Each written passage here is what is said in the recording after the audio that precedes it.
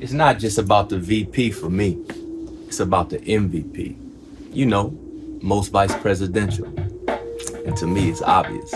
Senator Harris, I'm not embarrassed. Pronounce it right, cause she's Kamala. She's bringing sass and plexiglass. My debate queen, make the ticket complete, sweet. Freaking out Mikey P, chewing up like a piece of meat. That's why you're my VP. You're my MVP. That's why you're my VP. You're my MVP. She's a pioneer. Never been a black or Asian woman here. Oh, full of spunk in the primary. She's like, what? Who's gonna step to me? The OG, AG, all the way.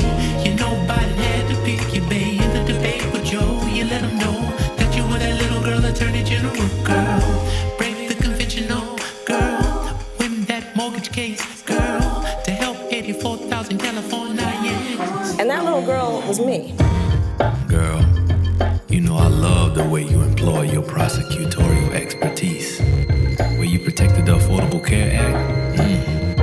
And don't get me going on the $25 billion settlement you want for victims of foreclosure in California. And also, let me clarify that when I call you girl, I should probably call you Senator. You're Senator Harris to me. And pretty soon, you'll be my MVP. Senator Harris, I'm not embarrassed. Pronounce it right, cause she's Kamala. She's bringing sass and plexiglass. My debate queen, kicking GOP tail fast. Freaking out Donald T, and you know when to wear a mask. That's why you're my VP. Will you be my VP? And that little girl was me. Will you be my VP? Mr. Vice President, I'm speaking. I'm speaking. Will you be my VP? And I'm Kamala. No, you're Senator Harris to me. Will you be my VP? Girl, yeah.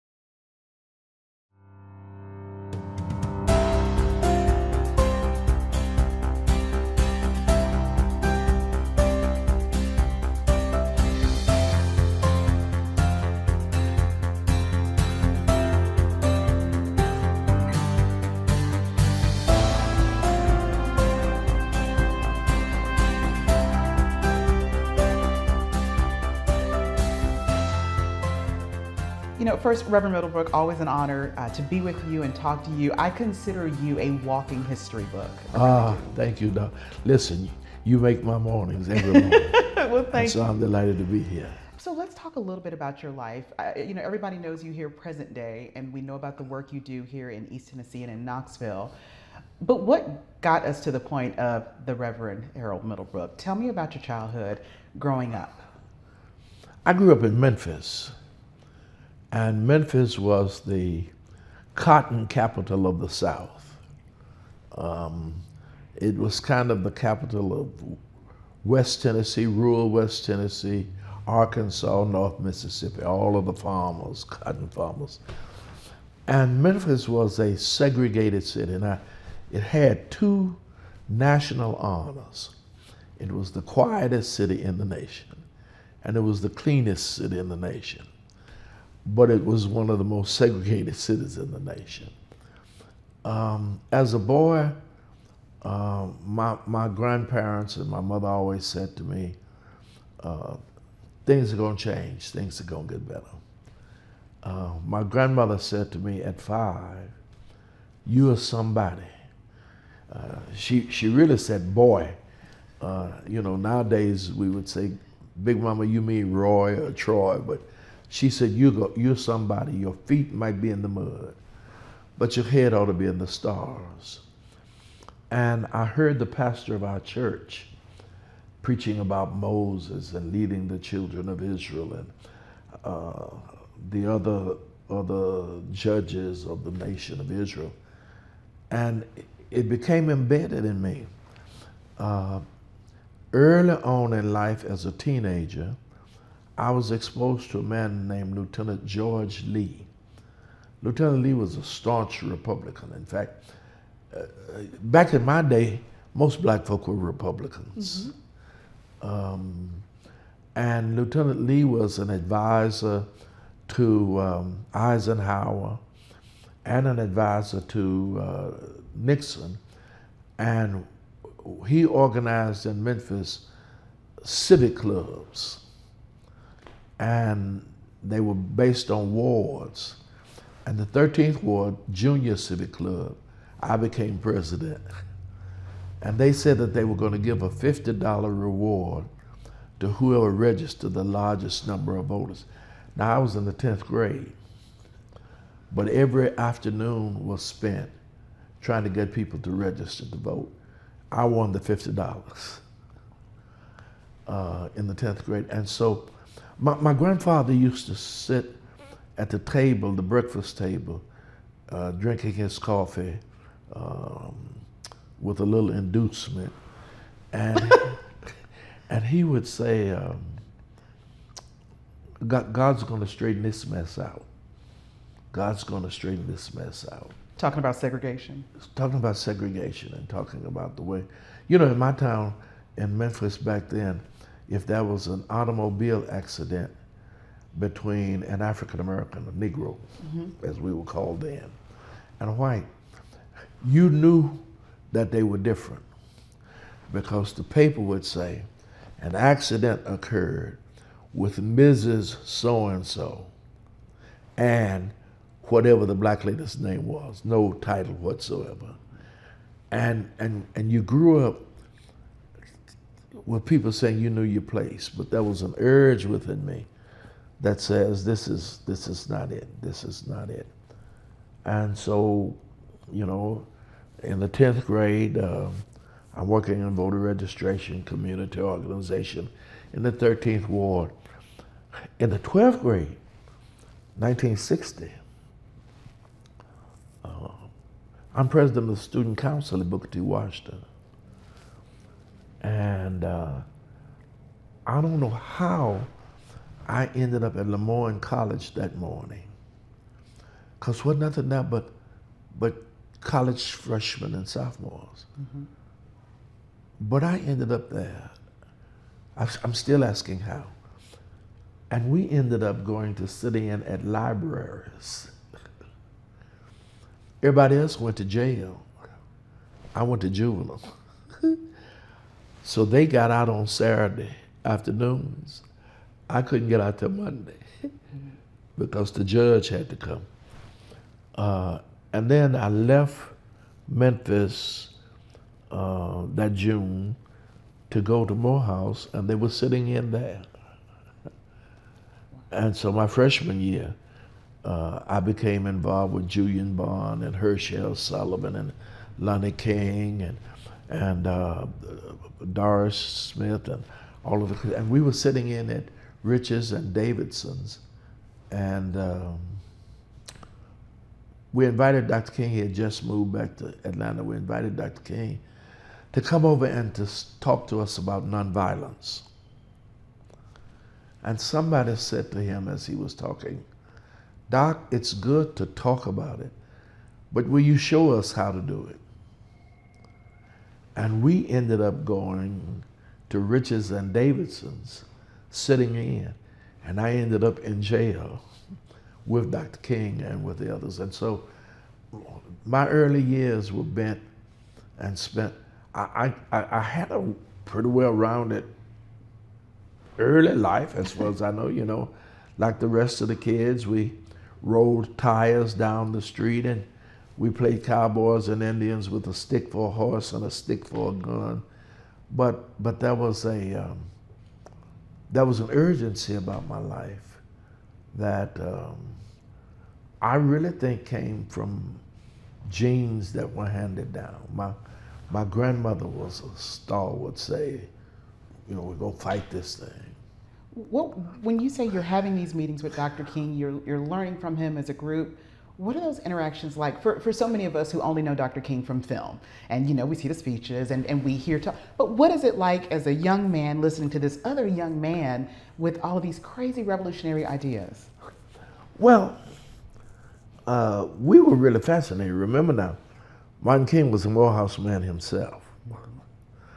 So we had heard Dr. Benjamin Mays, the president of Morehouse, who had been a civil rights activist himself in the early days, got put off of a train because at the side of the road because he refused to move from the front car.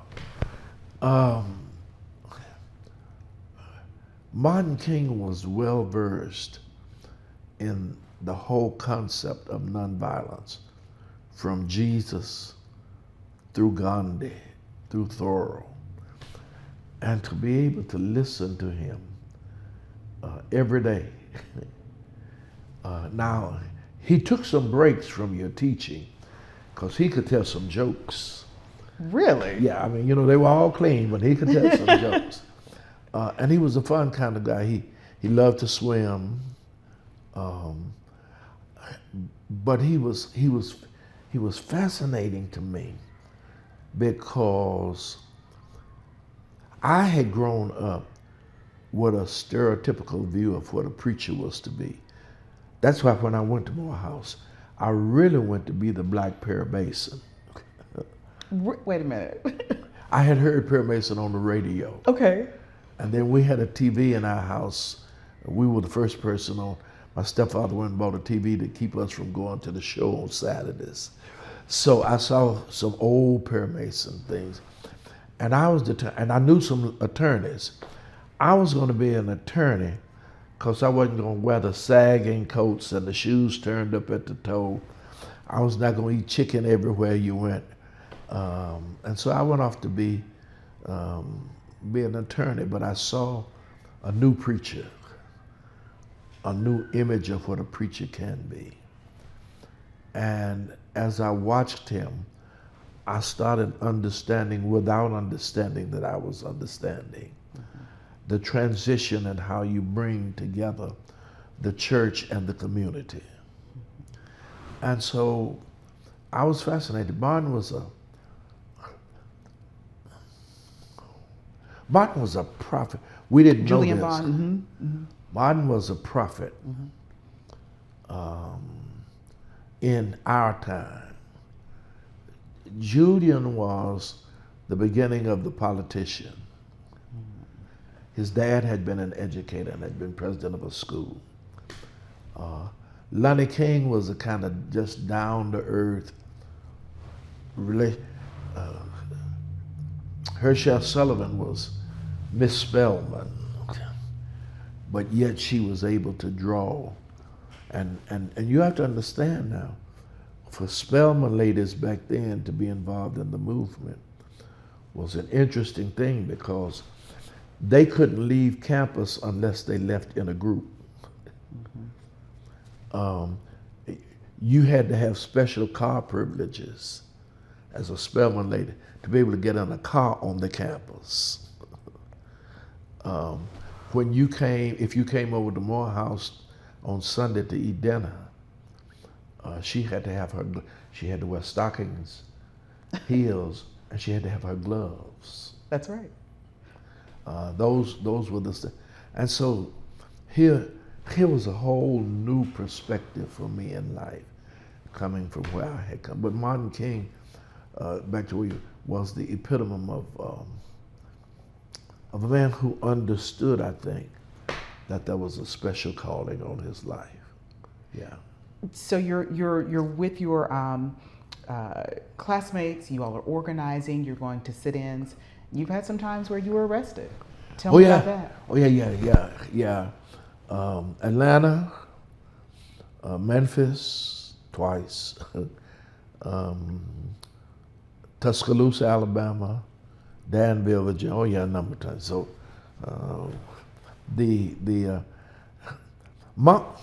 growing up, Mama said that you don't get arrested because that's a badge of negativity on your life. But getting arrested became a badge of honor in the 60s if you got arrested for the struggle.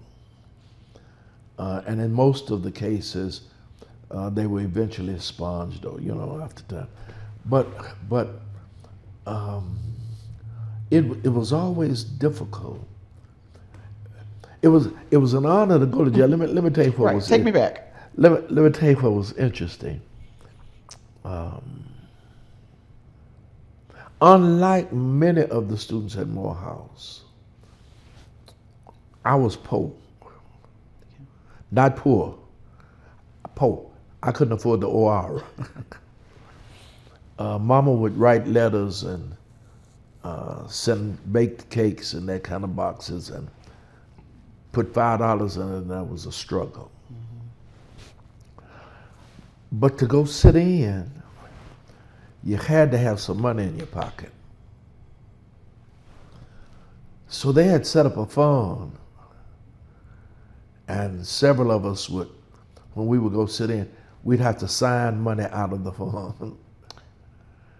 So that, one, if they served you, you had to have some money to pay for it. Right. Secondly, if the police stopped you and frisked you down and you didn't have any money, you could be arrested for loitering and vagrancy. So you had to have at least $5 in your pocket.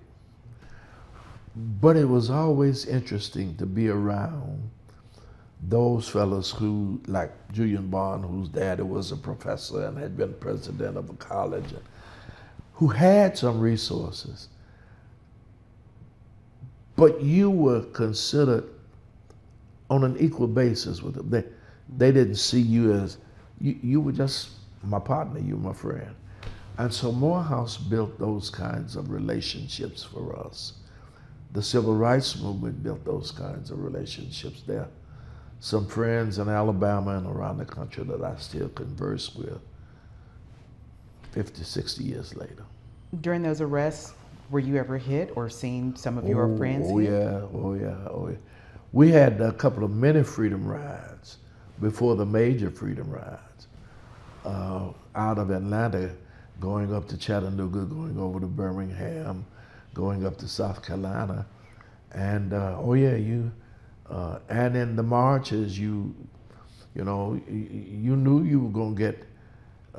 If you escaped and you didn't get hit, you were fortunate. In Memphis in '68, at the first march, after the young men who had been planted in the movement for that purpose started breaking windows, we started collecting the sticks that the signs were attached to. And I was taking some sticks and had them in a pile, and I went to pick them up, and just as I went to pick them up, somebody hollered, "Watch out," and a policeman with his long billy club came down across my back. And so every now and then now I still, I go to the doctor when the doctor says it's arthritis, I know what it is. But, and then you get, so yeah, you went through nonviolent training so that you knew how to fall, protect your head. I joke with my friend George Dobler, who was chaplain out at UT Hospital. George Dobler came to Selma, and he was in my training class. I hip trained him how to, and so every time I see him now, George tells people that I trained him how to fall and protect your head and protect your body, because you were going to be kicked, you were going to be beaten, and that was just part of the sacrifice that you paid. When you think back to that time and you tell these stories to people who ask, how do you not harbor any bitterness, or how do you see it when you reflect back? Because obviously the world has changed a great deal today. Well, we were taught back then in the 60s, 61s, that you don't harbor bitterness, you love, and that love conquers all, and that you win people over, not with your ability to hate or to resist, but with your ability to love. later on in life, as I got old enough and I was a preacher and I could say some things, I'd say to folk, we got to love the hell out of them. Because if you retaliate, you know, Jesus taught us that. Jesus said that if they smack you on the one cheek, turn the other. If they ask you for your coat, give them your cloak. Because what we learned is that you can draw a person and win them with love greater than you can resisting and fighting. Big Mama used to say that if you argue with a telegraph pole, they ain't gonna be able to tell which is the bigger fool. You are the pole. So you learn, listen to what they're saying, because when they rebel, when they revile you, that's an inner thing trying to come out. Mm-hmm. And they don't know how else to express it. Mm-hmm. They don't know how. You know, I discovered that white men during those times, especially many of the white men who were at the lower economic status, mm-hmm. felt oppressed and neglected themselves, but they needed to feel like they were better than at least somebody. Mm-hmm. So I became the somebody that they felt better than. And so if my giving you the opportunity to vent your frustration and to vent your bitterness can help you to be who you ought to be in the community, come on with it. Let's do it. Because I'm going to still be it. God is going to take care of me. You know, we sang, we shall overcome. We sang, ain't going to let nobody turn me around. Because we were committed. We sang, it was an old church song, we didn't know it back then, but they used to sing, woke up this morning with my mind on Jesus. So we said, woke up this morning with my mind on freedom. And deep down within, there was that love. And so, no, I have no business. The interesting thing is that Jim Clark, who was the sheriff in Dallas County, who beat C.T. Vivian and who beat John Lewis and who kind of took a crack at my head one day, eventually came to the point when he is a paralytic and in a wheelchair to apologize and ask John Lewis for forgiveness for what he had done. And so love takes a time, but it eventually wins out. Do you have a memory that's the most fond from your time in civil rights? The most fond? Yeah, just something that it always, the story that stands at the moment, that stands out the most, big or small? In Birmingham, we were marching down to the jail one Sunday to give encouragement to all the young people. You got to remember that in Birmingham in '63, they arrested children and put them out at the fairgrounds because the jails got too full, and and we were marching, and Bull Connors stopped the march, and Fred Shellsworth called everybody to kneel and let's have prayer. And so we were praying, and when the prayer ended and we got Fred, Bull Connors told the fireman to turn the water hoses on us.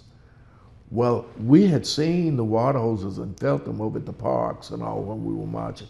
It could knock bark off of a tree at 50 feet. Mm. And he told them to open the fire hoses. And we were bracing for the water, and no water came out. And he told them to turn the dogs loose. And the police were standing there looking at the fact that no water had come out of the hose when they opened it up. And they were crying and wouldn't turn the dogs loose.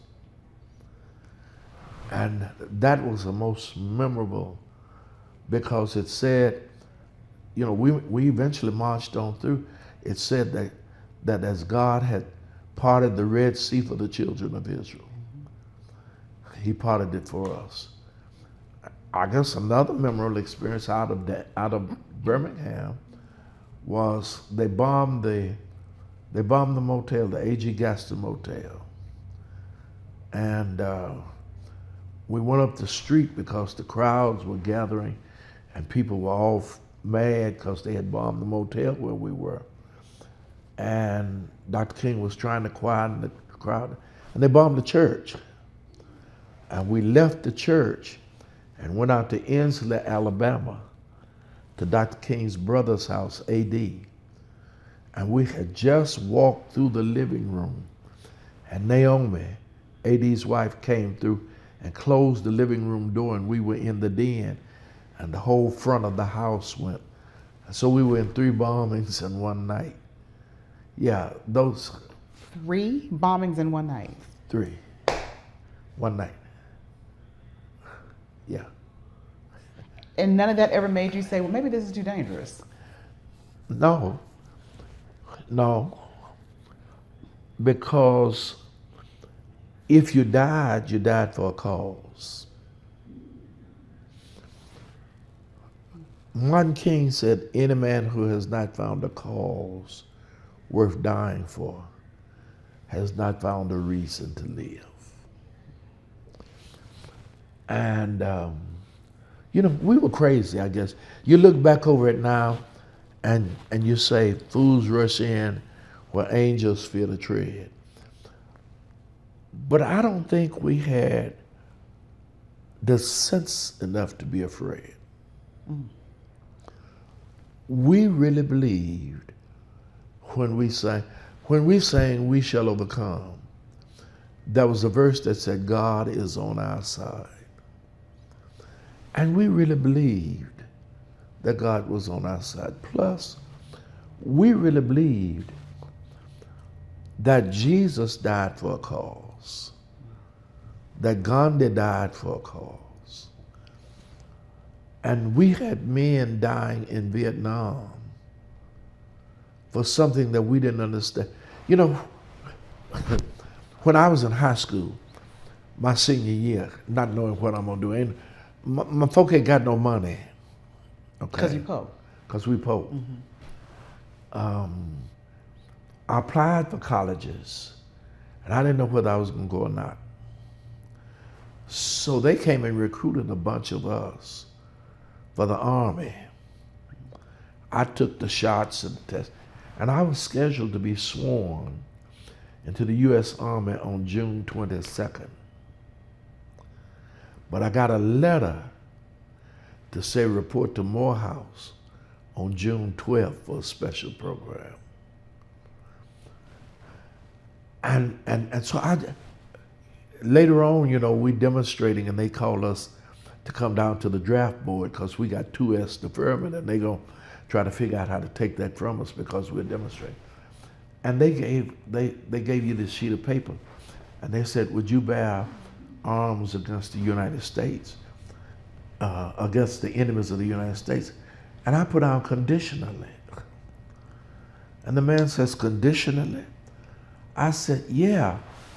Why should I go fight Chiang Kai-shek for winking his eye at Jackie Kennedy when y'all beating the hell out of black women on the street every day? So they stamped my jacket undesirable. Wow. And so in my life, in my mind, there's a purpose that God has for my life. I believed that at 17 and 18. And I believe that at almost 80 now. At almost 80, you haven't slowed down. And now you're here in East Tennessee. You've been born in Memphis, you've worked in Alabama, you've gone all these different places. But tell me about your life here in East Tennessee. I came to Knoxville to pastor the Mount Calvary Baptist Church, 1977. And I was from the Flatlands, and so these hills were interesting to me. You get on the street in Knoxville, and you're driving along that street, and all of a sudden that street ain't that street no more. it's something that was and I said I was going to stay here 5 years. Again, God has a plan. And God has a sense of humor. When you say to God, no, I'm not going to do that, God says, oh yeah, I got a way to help you to come around to my point of view. And so I said I was going to stay here 5 years. I've been here 45. Knoxville was interesting. When I was leaving West Tennessee to come here, there was a lady at the seminary that I had attended at Memphis Theological Seminary. And she was from Knoxville. She was Presbyterian and studying to be a minister. And she said, now, I'm going to tell you, when you get to Knoxville, it's totally different. I said, huh? She said, whites in Knoxville are very patronizing and paternalistic. They take care of their own. She said, you'll have to win your way with the black community. Well, Daddy King, Martin King Sr., came to preach my installation. So a lot of the stuff that I probably should have had to go through, I didn't, because people accepted me. Many of them because of my relationship with Daddy King. And then I think some accepted me because they came to know that I was genuine, that what you see is what you get. Mm-hmm. I don't put on any airs. I don't try to be anybody but who I am. I am a community servant. And community servant means that you don't worry about being a leader. Servantship will give you the right, if you're sincere and committed, to speak and be heard. And so you don't have to fight for that right.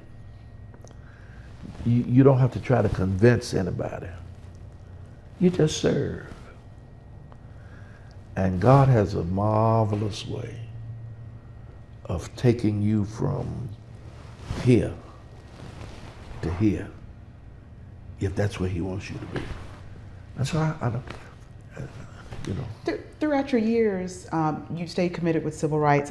When you look at today, you know, obviously the world is never going to be perfect, and there's always going to be an injustice that needs to be addressed. You know, over the last 2 years, we've had major marches across the country with George Floyd and the awakening, again, of the way certain communities are treated. What is your reflection on the way the movement is now versus when you were active in your younger years? Growing process. Growing process. Little babies crawl, but then they learn how to walk. The movement started out at a crawling base. We were fighting about lunch counters, and Martin King understood that. During Martin's time, we moved from lunch counters, public facilities, public accommodations, buses, voting. Then you start moving to economic development, because the movement takes stages. People don't just change overnight. You come to understand where is the root cause of your major problem. Much of it is in economics.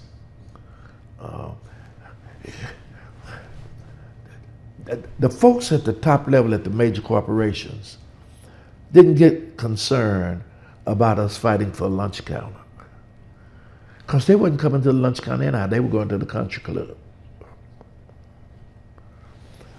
When we started fighting about public transportation, buses, they didn't worry about that, because they had chauffeur-driven limousines. Mm-hmm. Mm-hmm. When we started talking about voter registration, they said, fine, voter education, fine.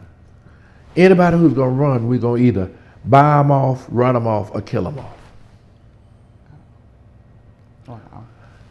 And so we started looking at, here is the economic base.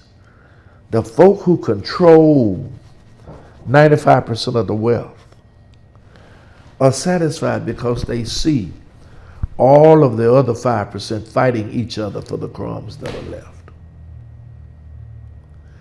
The movement is moving from stage to stage because we see where the power is. And you can't give people a taste of the good life and then tell them, now that's enough of it. And so in this nation, people are not only fighting for equality, but they're fighting for equity.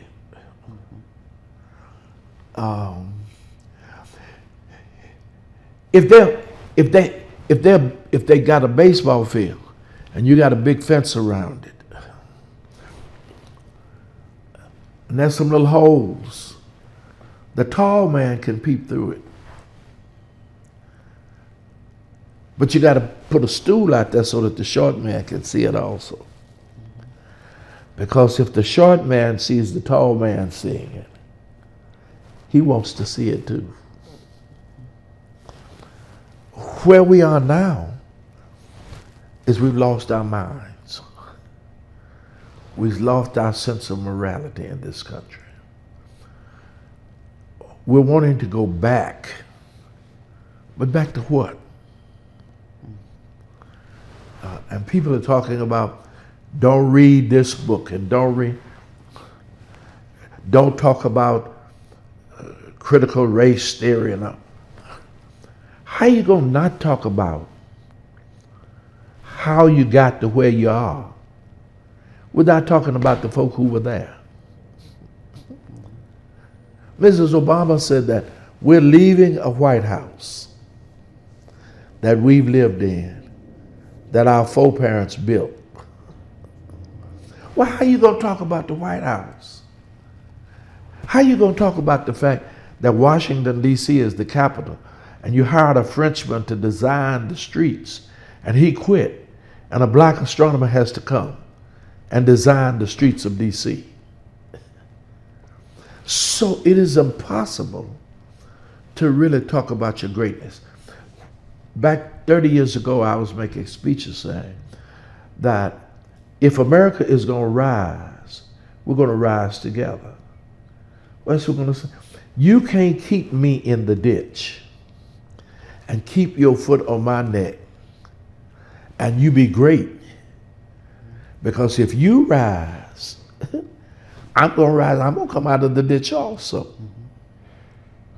You know, and so we're at a critical point where people have forgotten what makes a nation great, or what makes a people great, or what makes an individual great.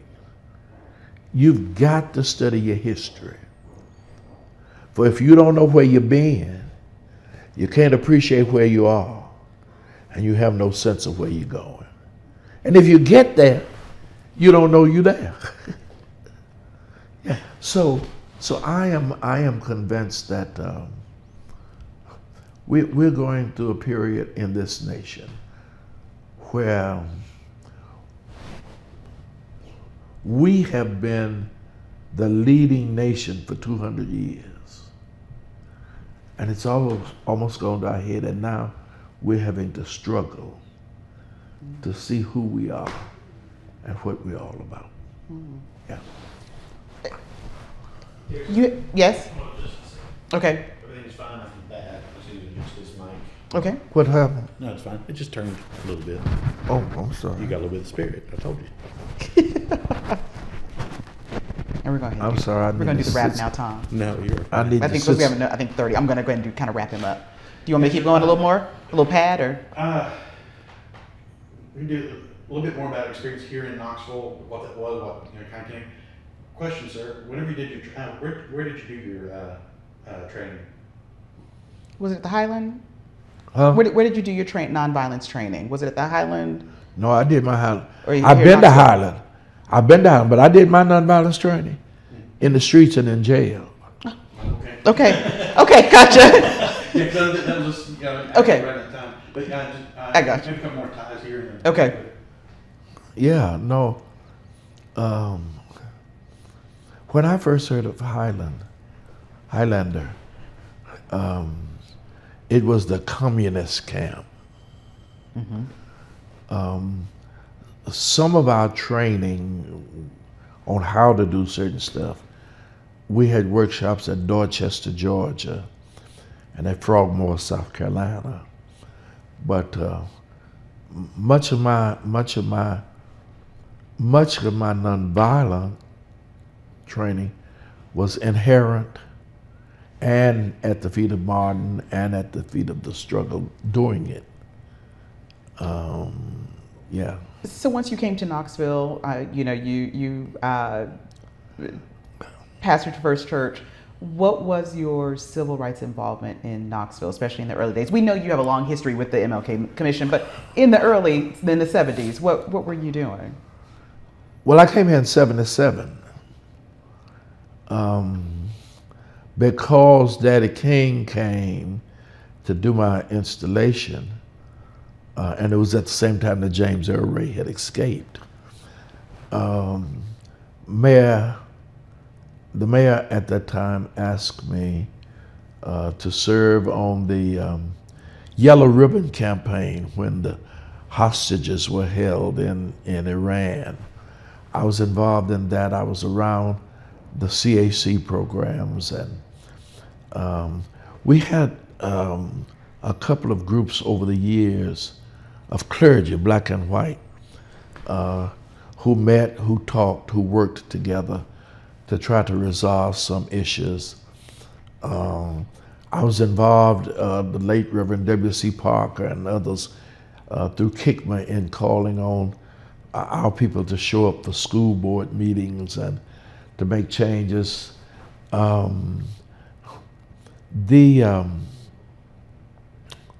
We had a situation here where we had 4 men who were killed by the police. And KICMA pushed for a police advisory committee. And we persuaded Victor Ash to join us in pushing for that. The city council refused to do it. And we persuaded Victor to do it. It was in his heart to do it, to appoint the Police Advisory Review Commission on his own by executive order. The executive order, I think, could only last 1 year. But at the end of that year, council was ready to approve it. We really tried at that time to get the sheriff's department to also create the Police Advisory Review Commission. They're still fighting for that. We were involved in getting the street name changed for Martin Luther King Jr. That was a struggle because we had to go from door to door to get signatures. So many of the things that much of my conversation and involvement has not necessarily been out in the street organizing marches or whatever, but I've been involved in some of that. But if you can get people to the table, and if you can rationally persuade people to take a look at, this is where we are. This is what we must be about if we're going to make our city a meaningful city. You know, we argued with Chris Whittle and others when he was organizing his company here, that you got to make sure that you have equity, that you have people involved in every level of the company, and not just one person who's responsible for all black folk. No one African American black person speaks for all of us. We've had to educate people to understand we're diverse. Martin King used to preach and he'd say, from a bass black to a treble white, everything is significant on the keyboard. And what we have to say is to everybody in the community, everybody is important. Everybody is somebody. And it is only when we realize that we can move this city forward. Yeah. Do you plan on slowing down anytime soon? Because you're 80 and you're just as active as me, if not more. You're in everybody's organization. You can catch you around town all week long. Well, I'm really enjoying the Urban League Board. I'm enjoying Bega Chancellor's Associate and all of these things that I'm involved in with other ministers. And what would I do if I slowed down? You're retired, a little TV, a little vacation. Do you know the strange thing? It is that my wife and I have been married 57 years. We've never had a honeymoon.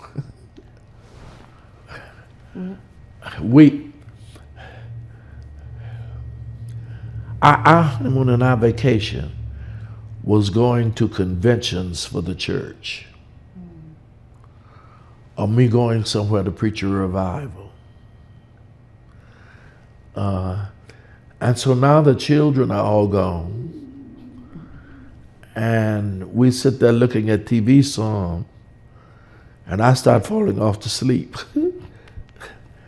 And so my makeup, my mindset is there has to be some involvement for good. I enjoyed when I was in Leadership Knoxville, making sure that I could go around to help feed the hungry, the mobile wheels, or to ring the bell at Christmas time, to say to somebody, give,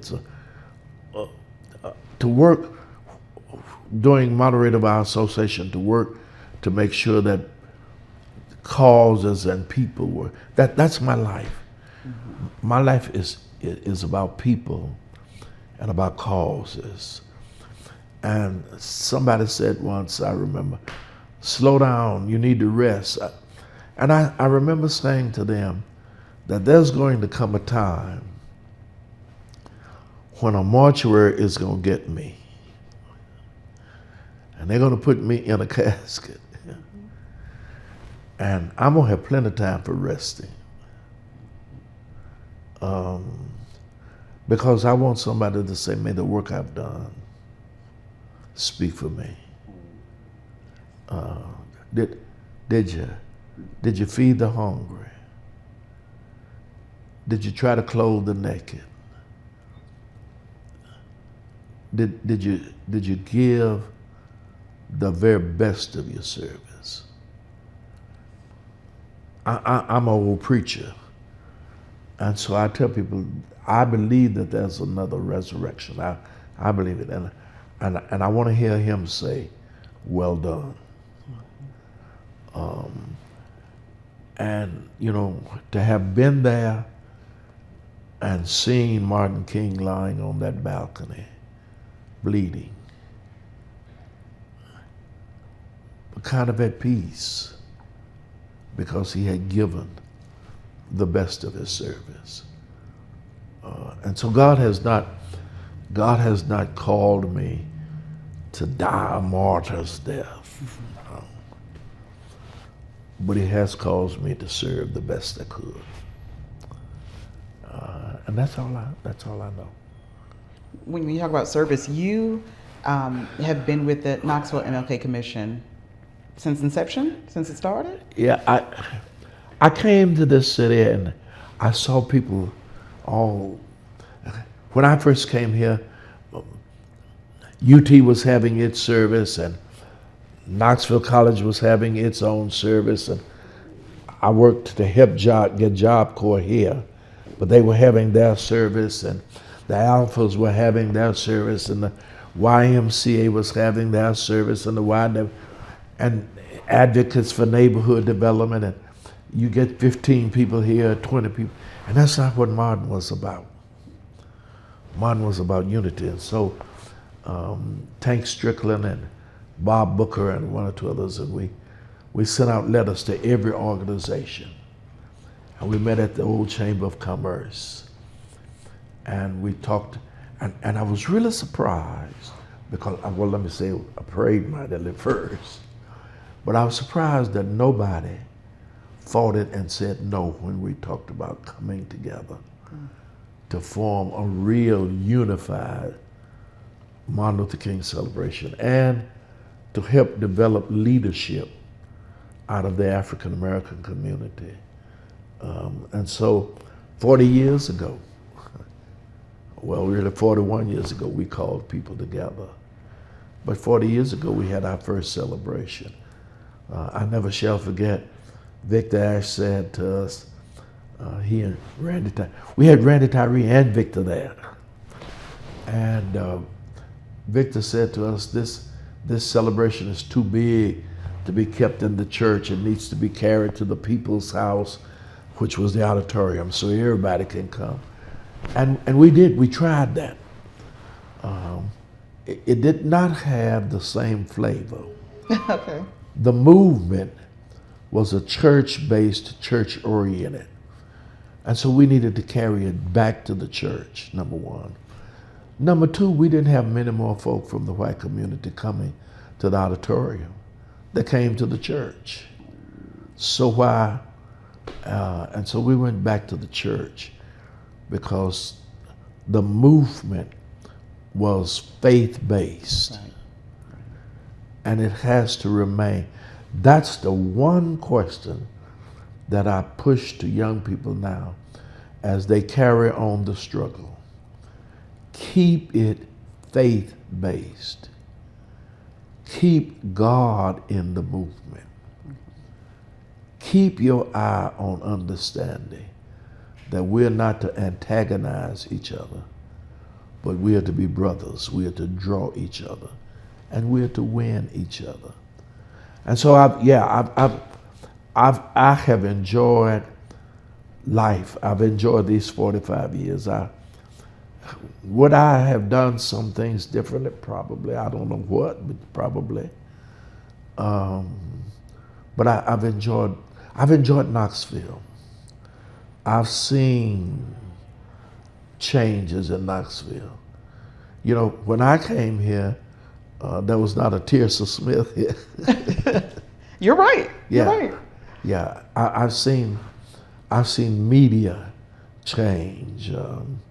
I'm not pushing anybody, but I think because of much of what was done, and Angela Dennis can come to town, and you know, all kinds of people could come in and begin to make significant contributions. That God has given me a couple of daughters who are involved in the movement and in city government and all. And so I'm seeing the change. I'm seeing the change. And you sit back and you look and you say, it's taken a while, but it's here. And things that come slowly last. Things that are fad and rush in, they don't last. Mm-hmm. Yeah. You're right. Yeah. But if you build it, it'll stay. It'll stand. Thank you so much for talking to me, Reverend Middlebrook. Always just a pleasure and a joy. Oh no, thank you for having me. Remember, I think you're a queen. I hope your husband realizes that. But He does. You are a queen, and I respect royalty. Thank you for permitting me to be in the presence of royalty. Same to you.